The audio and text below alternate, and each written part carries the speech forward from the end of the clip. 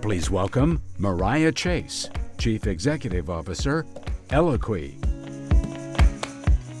Hi everyone, so nice to be here. WWD, thank you for having me. I know I am the one thing that's standing between everyone in this room and lunch, and potentially a slightly cold room, so we'll try to make this snappy and have a little bit of fun.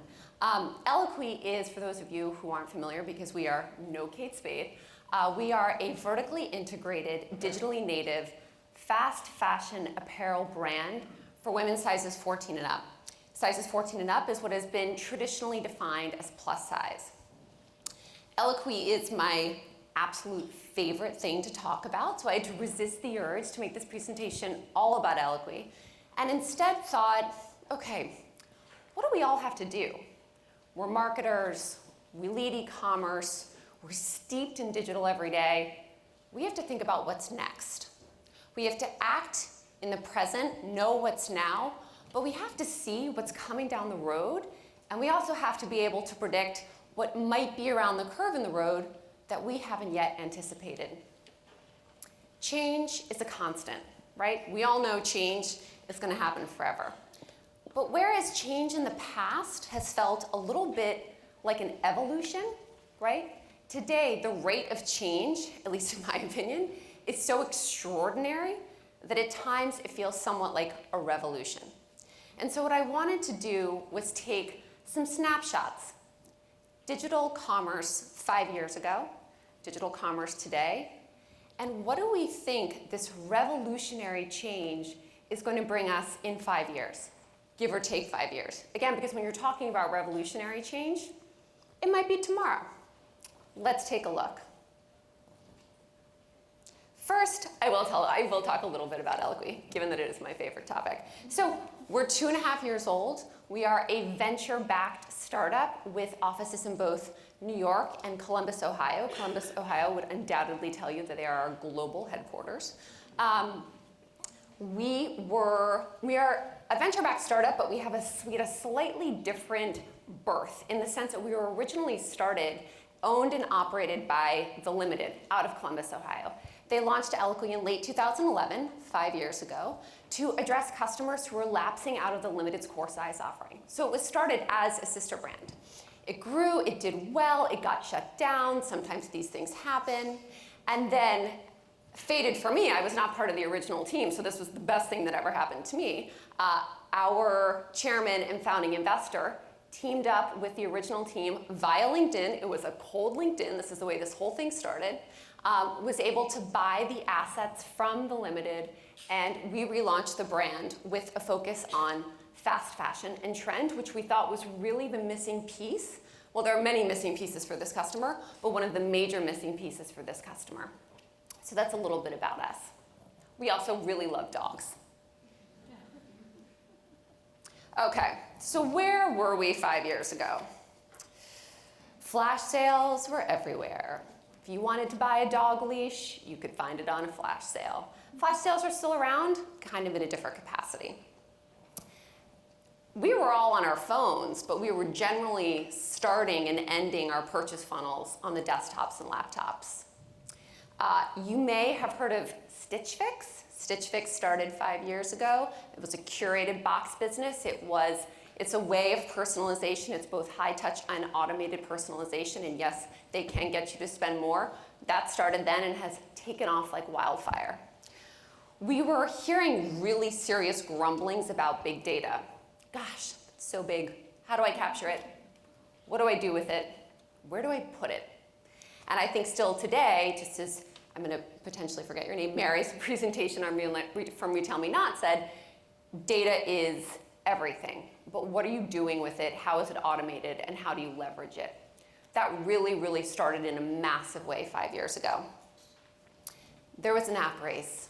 If you didn't have an app, you were told you needed an app, you had to get an app, and then you got an app, and now you have an app. I never did an app. And at my first startup, which I did 5 years ago, we were talking a lot about Facebook commerce. You know, open a store on Facebook. Everyone's on Facebook. I mean, it's going to be amazing. The postmortem on that was not amazing. But we'll talk a little bit more about what might be amazing. So what's happening today? Amazon. Anyone here from Amazon? Even if you raise your hand, I can't see you. So this presentation could be 5 years ago, Amazon, today, Amazon, 5 years from today, Amazon. It could be the whole thing. So I was reading a Bloomberg article this morning, and I think it was published yesterday, and this is not new news, but it just reconfirmed the sort of unbelievable, staggering figure that Amazon, as of last year, had 7% penetration of apparel sales in the US. By the year 2020, they will have tripled that to 20%. So it makes all of us in the apparel business feel really good when we wake up every morning and go to work that we get to fight Amazon, right? No problem. Everything's on demand. Think about it. 5 years ago, on demand didn't really exist with the exception of Seamless. 2 years ago, we were like, this Uber thing's kind of cool. Yeah, we're going to make it a verb. Let's Uber. You can get booze, you can get a blowout, you can get a massage. Pretty much, we're all becoming shut-ins. Content marketing, as so eloquently described with regards to Kate Spade, content marketing is nothing new, but the power of video in content marketing and the moving image, both in short form, long form, and snapshots that you put out on Facebook and different social media channels is now essential. If you didn't know it, it's essential. Mobile first. This is nothing new. This is where the rate of change is probably greatest for all of us. She is now starting, skipping to the middle, finishing the conversion funnel on mobile. We have the collapse of the trend cycle. There are no more trends anymore. The new trend is no trend. Gucci told us this visually about a year ago. And we at Eloquii, given the fact that we are a fast fashion business, see this all day long. What used to happen was that a trend, I'm going to do this backwards, would kind of go like this and then have a slow death. Today, because of the power of digital and the visual saturation that it provides, a trend goes like this. Michelle Obama wears the color marigold. She looks amazing. Then Beyonce wears it. Then obviously J-Lo wears it. And then the bloggers wear it, and then the customer's like, oh my God, I've got to have marigold. And then everyone's seeing everyone in marigold, and it's just over. It's done. That has huge implications for many of us in the business that respond to her wishes and her wants, anticipating what is the trend she wants, how long is it going to last, and most importantly, how quickly can we respond. And then lastly, with true significance for Eloquii, the fact that digital drives both tolerance and inclusion. You can call me a blind optimist and I will say thank you very much. But I truly believe that what digital does more than anything else from a socio-cultural perspective is that it allows communities and individual stories to be heard by millions within hours. I hope and believe that this is making us a more tolerant and inclusive world. At Eloquii, we are very purposefully including a customer segment and a woman and a friend who has been disenfranchised by fashion with a capital F. She's been given clothing, hasn't been so cute, right? So when Eloquii came back, it was in part because we call it Eloquii 1.0 under the limited and Eloquii 2.0, so I refer to it that way. When Eloquii 2.0 came back, it was in part because we were like, gosh, this is 65% of American women. This is a good business opportunity. And it was in part because she demanded it. After the Eloquii 1.0 was shut down, she was on blogs, message boards, forums, social media, demanding the brand back. That wouldn't have happened 15 years ago. That's incredibly powerful. And she is saying, you know what? It's not good enough for you brands to respond in terms of tolerance and inclusion. You need to be leaders. All right, so let's have some fun. Where are we going? What's going to happen next? Apparently nothing. Maybe? Yes? Oh, there we go. Dynamic pricing. All right, we were talking promotions. Let's talk dynamic pricing. This is an area of personal fascination for me. I think we as an industry do a great job talking about brands, the power of brands, the power of merchandise, the power of value. I would love for us to spend more time talking about price because I think it matters so much to the customer. And I think that digital has, more than anything else, put pressure on pricing. Are we all in a race to the bottom? Is digital eroding both top-line prices and margin? I think so. And so what do we do about that, right? We can play a promotion game. We can have a better understanding of what all of our competitors are doing. We can have a better understanding of what she's willing to pay. Did you know that if you go to Wikipedia, there are 26 different pricing strategies? I've read it several times. And I'm going to bet for most of us in the room, we're using some combination of cost plus, EDLP, everyday low price, and high-low. So at Eloquii, we are very interested in dynamic pricing, probably because I'm very interested in it and I force it upon everyone who works there. But do we have an opportunity to use the laws of supply and demand, as has been done in the airline industry, the hotel industry, in ticket sales for, at this point now, decades, and put it into non-commodity, emotionally driven other categories, like fast fashion? And I want to make a clear differentiation here. I'm not talking about personalized pricing. Personalized pricing is a little bit creepy. It would be where, we would use first and third party data to say, I think you are going to spend more on this based on how we've tracked you. So we're going to charge you more than you, and I think you're going to spend a little bit less. That, I imagine, the Federal Trade Commission at some point will say is not something that anyone can really test or play around with. Dynamic pricing is specific to the merchandise, right? She really wants it. The scarcity, the available quantity is going down. Is she willing to pay a little bit more? And does she understand that when a product first comes out, it is potentially the lowest price it's ever going to be? And can we recognize more margin dollars, more margin from this sort of a tactic? And most importantly, will the customer accept it? Will she think it's a game? Is it a form of gamification?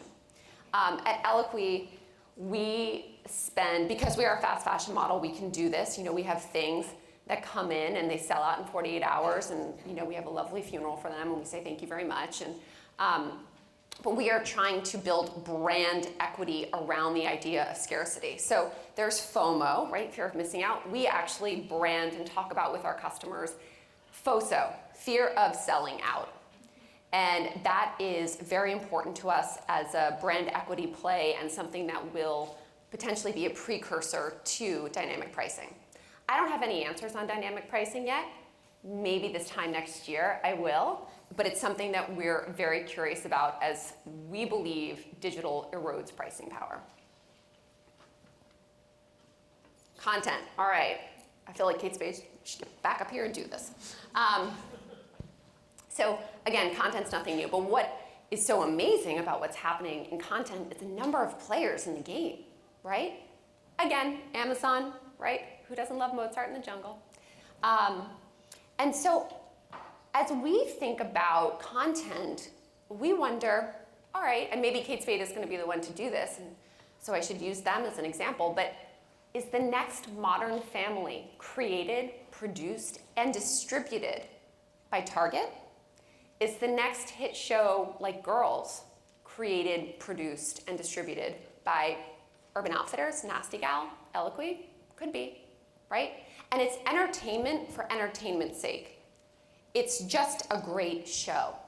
It's so good, in fact, that you can sell advertising against it. It's actually itself not really a form of advertising. You can sell advertising dollars against it. It's pure entertainment. Oh, and P.S., if you are a Target, if your product catalog is large enough, you'll be able to integrate a lot of your products. And if she likes them, maybe she'll buy them, but that's not going to be the reason she's watching. What the missing link here is, besides the fact that many brands and retailers may absolutely not want to get into the game of becoming Hollywood producers, is the idea of next generation bookmarking, which will allow for a seamless purchase funnel. She's watching on any device, she can save and she can purchase. Super easy. Right now, it's still a little bit clunky to make that transition. But is this where we're going in video content? At Eloquii, we did not think this was going to happen, but one of the things you do at a startup is you try and fail fast. We are very bullish on content because hashtag no disrespect to Vogue, there is no Vogue for this customer. What helps sell women's clothing? Yes, you go to your closet in December and it's freezing outside and you need to buy a new coat, but what really sells clothing is inspiration, beautiful imagery, building a dream, being a part of a lifestyle. If you don't see it, you can't believe it. There's not a lot for this customer to see. So we are taking a real bet on content, and you'll continue to see more and more of that from us. Conversational commerce. Again, mobile. I almost titled this slide Mobile Strategy, and then I thought if someone asked me one more time what our mobile strategy was, I would literally throw my phone at them. So this is where the rate of change is fastest. This is not in 5 years, right? This is happening right now. I'm sure all of you are familiar with WeChat. It is the China-based chat application where your mobile wallet exists. You do all of your chat-based transactions across any retailer you want. You send payments back and forth. You have chat-based media. If you have been following Facebook's product roadmap, you will know that it is becoming quite similar to WeChat. In fact, so Facebook Messenger and Facebook Chatbot, two products that have really been in aggressive beta over the past 12 to 18 months. Last week, Facebook announced that they would actually be accepting payment in the Facebook Messenger user face or interface rather than making the purchaser leap to the actual site to complete payment. So they're putting the payment in the center. This could be the evolution of real Facebook commerce. So at Eloquii, we had a tremendous amount of painful analysis paralysis about when and how to build an app and what we wanted to do, and everyone told us we had to have an app. And we thought, we're just hearing from our investor base, our venture capitalists. We're hearing from a lot of our investors who really are all seeing what's new and next, that many of the mobile-first startups that they're seeing are not even coming in with an app. They're coming in with a responsive mobile site that feels native. We thought, that's interesting. How are we going to build an app and then 9 months later we're going to say, oh gosh, it's slightly obsolete? And that, I think, is the fear around mobile. Is the rate of obsolescence is pretty intense. So we said we're not going to build an app right now. We're going to really pursue conversational commerce, try to get as many learnings as possible, and try to make our responsive site feel as native as possible. The other quick anecdote I would add is that during this phase of profound analysis paralysis, I interviewed 40 of our female employees in both Columbus and New York, 20s and 30s, all into fashion because they've all self-selected to work at a fashion company. And I asked them 3 questions. Number 1, what apps do you use on a weekly basis? Number 2, do you have any fashion apps downloaded? Number 3, if you answered yes to number 2, what are they and how often do you look or buy? So invariably, the answers to number 1 were social, community, banking, some work apps, Dropbox, Google Analytics, etc., dating, and then on-demand everything, right? Those were the 5. And the answer to number 2 was out of 40, 4 had fashion apps on their phone. 2 of them were in our marketing team. They were doing them for research. And they said, oh, well, I got to take this off. I don't need this anymore. The other 2, 20-somethings in our New York office. One has an obsession, and I think some credit card pain with Urban Outfitters. She orders from every month. And the other just really likes to look at ASOS and Zara. And I thought, are we weird? Are we totally weird? Maybe, yes, I hope so. But I thought that was, while statistically completely insignificant, we never hear our customers asking us for an app, right? And that was just an interesting data point. So we are moving ahead in conversational commerce, and I think this is a year away, not 5 years away. So, given that this is a digital summit, should we sound a death knell on brick and mortar? What's going to happen next? I wanted to end with something that was really, really far out there, because why not? So at Eloquii, we are going to open stores in a very limited, potentially temporary and controlled way, but we're not really sure, right? It's a test. What could happen to brick and mortar? Virtual reality. Imagine 5 years from now, you're sitting on your couch, maybe you have a glass of wine, you put on your headset, maybe you got it from Apple, Google, Oculus, and you just go to your favorite mall. You just go straight to your favorite store. You walk up and down the aisles, you're putting a couple of outfits together, you're getting really close to the product, you can feel the fabric, feels great. You can try it on. You're having an in-store experience on your couch. And maybe the first couple of times you're like, I don't believe this isn't real. So you go to the mall and then you actually see what you saw from your couch and you're like, oh, that was real. Okay, now I trust it. And so I'm just going to have my in-store experiences on my couch using my headset. And maybe my payment information will be there. Maybe I'll just pop on my phone and complete the transaction there. All of a sudden, does the digital conversion funnel, including mobile, go from this to something a little bit more like this? And what does that mean for stores? I'm not entirely sure. This is really around the corner, but I think when you look at the big players, aside from all of the drone activity, they're putting a ton of investment dollars behind virtual reality. And it will have an impact on digital commerce and retail. Thank you so much for your time. I really appreciate it.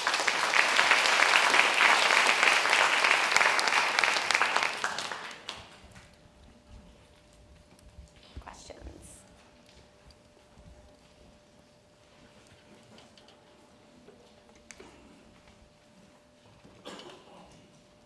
All right. Yeah. Hi. So you talked about the analysis paralysis, which I think is probably a common syndrome in this room with so much data coming. How did you decide, as you were doing all that research and encountering a million different paths, how did you decide which one to actually take? So we, again, being a startup, there is really, especially at the board level, a try and fail fast mentality. And I think it was a combination of understanding, right, roadmap and bandwidth of other things that had potentially bigger ROI, right? So just doing pro formas and understanding ROI across different opportunities and the bandwidth of the resources internally to support those, as well as really just talking to a lot of other founders, startup founders. So not talking to the CEO of Kohl's, but talking to a lot of other startup founders who had built apps 5 to 6 years ago and would say maybe that wasn't the thing that they wish they had done. And that now they were all really, really focused on responsive versus the app. I think also we just didn't have a clear idea, and we still don't, as to what is the point of differentiation in the app. Like, what are we giving her that we don't, or we can't already give her in a very, very tight and buttoned up responsive site?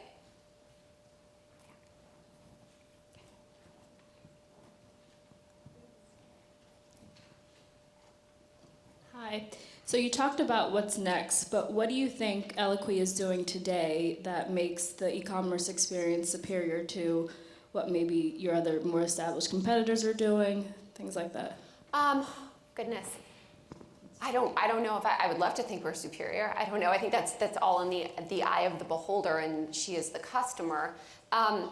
We have 6 Fs that we live by internally. We are fashion first, feedback focused, fast and flexible. So for us, it's really about knowing the trends and having a real point of view and not being scared. From a merchandise perspective, many of the other players in this industry who service this customer have been scared to take risks, we run towards the risks. We have an open door policy with our customers. We read all of the data, right? We're data hogs like everyone else, but there's no substitute for directly talking to the customer. So we get on the phone with the customers. Like I get on the phone with the customers. Everyone has to get on the phone with the customers at least 2 to 3 times a week and do a full download of who she is, what she wants, anything she wants to tell us about herself. We have an open door policy in both of our offices. Customers can come anytime they want, as long as they like dogs and don't have any allergies. And so that old school feedback is so essential. So I don't know that we're exceptionally good digital acquisition marketers, but you wouldn't know that looking at our site. That's just our marketing team. They're like ninjas when it comes to digital customer acquisition and optimizing it and the measurement around it. But I think what our customers say sets us apart is the fact that we've got merchandise that everyone else is scared to do. The fact that we really, really, really want to know what she has to say and that we act on it as soon as we possibly can. I think those are probably the value propositions.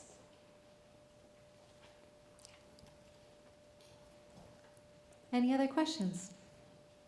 One here in the middle.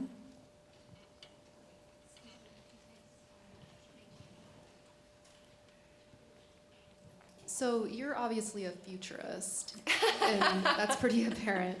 But how do you, and you say you take risks, which is like completely applaudable, but how do you keep from outpacing your customers as well as your shareholders? Yeah, no, that's a great, so the great irony is that while this is very futurist, if you were to talk to the board right now, they'd say, we just wish Mariah would take more risks. Truly, they'd be like, she's really, of all of our startup founders in our portfolio, she's really one of the more risk averse. And I think it's because we have a very senior team, and I'm potentially the most junior of our senior team, and we really like to execute things as well as possible, so we don't do things as quickly as maybe some other startups who sort of don't know any better, and they just run and they fail, and it's fine because you have to test learnings. I think for us, it's always, make sure that we can, quote unquote, make the donuts, right? Like we have a plan, we've got to hit plan. If we don't, we got problems. And then where are the places where we see the potential for the hockey stick, right? Because that in startup land, it's really what you're looking for. You're looking for the big swings. And how do we build MVPs around those big potential hockey stick opportunities? What questions are we trying to answer? Let's make sure we're setting up the test to be able to answer those questions. But I love thinking about the future, totally, but I don't get any credit unless we're making the donuts and hitting plan. So, Mariah, your point about dynamic pricing in the retail world was just absolutely fascinating. How long do you think that you see Eloquii adopting that, or till you see other retailers, especially in the online space, adopting that? Well, I don't know, because this is, because I'm a huge dork, Google dynamic pricing and pricing strategies on a regular basis, and there's just not a lot to read about. And so it's been something I've been thinking about for a long time, and we recently brought on a CTO who was the former CTO of Quidsy, who also loves to get into the pricing thing. And so I think we're going to be testing it relatively soon. As for first of all, as for what our customer thinks, that will be the whole game.